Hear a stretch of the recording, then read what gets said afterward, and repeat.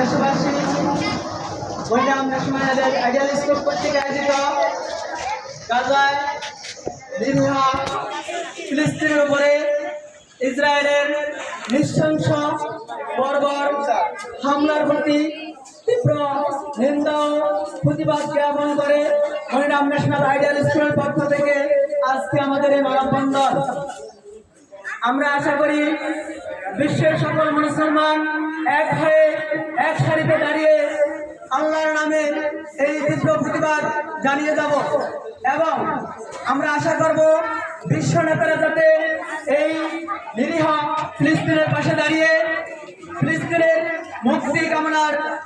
করেন এবং ফিলিস্তিনবাসীকে যত নেতানিয়াহু বাহিনীর কবল থেকে মুক্ত করা যায় এজন্য বিশ্ব মুসলিম বাহিনীকে বিশ্ব মুসলিম নেতাদেরকে আমরা আহ্বান জানাবো তারা যেন ফিলিস্তিনের পক্ষে একত্রিত হয়ে একজোট হয়ে ফিলিস্তিনের মুক্তি কামনা করেন এবং ইসরায়েল বাহিনীর বিরুদ্ধে যুদ্ধ ঘোষণা করেন